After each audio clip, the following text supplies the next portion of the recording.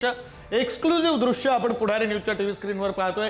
राज ठाकरे त्यांच्यासोबत मनसेचे नेते बाळा नांदगावकर, नितीन सरदेसाई, सोबतच अविनाश अभ्यंकर, अनिल शिदोरे या सर्वांचा लोकल ट्रेनने चर्चगेटच्या दिशेने प्रवास सुरू झालेला आहे। दादरमधून लोकल ट्रेन राज ठाकरे आणि मनसेच्या नेत्यांनी पकडलेली आहे। त्यांच्यासोबत सर्वसामान्य मुंबईकर सुद्धा राज ठाकरे यांच्या समोरच्या सीटवर बसलेले आहेत आणि मनसेचे नेते या सर्वसामान्यांसोबत चर्चा करतायत। आजच्या मोर्चा संदर्भातलं सर्वसामान्यांचं मत नेमकं काय आहे, निवडणूक आयोगासंदर्भातलं सर्वसामान्य मुंबईकरांचं मत नेमकं काय आहे, निवडणूक आयोगाकडून निवडणुकीमध्ये होत असलेल्या घोळा संदर्भातलं जो आरोप विरोधकांचा आहे तो आरोप सर्वसामान्यांना पटतोय का, बोगस मतदारांसंदर्भातलं सर्वसामान्यांचं मत नेमकं काय आहे हे सगळं समजून घेतायत मनसेचे नेते आणि मनसे प्रमुख राज ठाकरे सर्वसामान्यांशी संवाद सुद्धा साधतायत।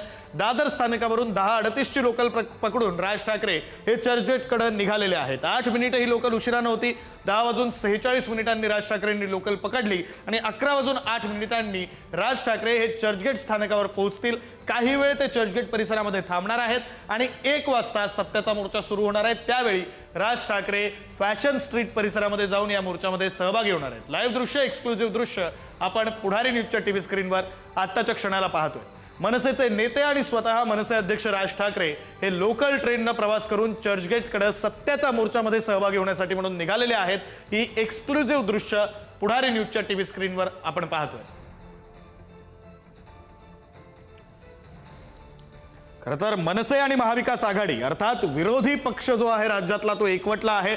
महायुती वगळता जवळपास सर्व पक्ष हे एकवटलेले आहेत आणि या सर्व पक्षीयांकडून आज सत्याचा मोर्चा काढण्यात आलेला आहे। सत्याचा मोर्चा हा निवडणूक आयोगाच्या विरोधात, निवडणुकीच्या भोंगळ कारभाराच्या विरोधात आणि बोगस मतदारांच्या विरोधात मनसेकडून हा मोर्चा काढला जातोय। त्याची ही लाईव्ह एक्सक्लुझिव्ह दृश्य आपण पुढारी न्यूजच्या टीव्ही स्क्रीनवर आत्ताच्या क्षणाला पाहतोय।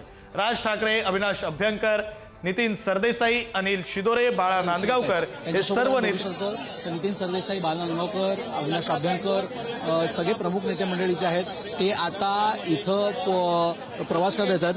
आपण बघू शकतो तर आता दादर स्टेशनवर गाडी निघाली आणि प्रत्येक क्षणी ते थेट दादर स्टेशनपर्यंत पोहोचू शकतात। पुढारी न्यूजच्या टीव्ही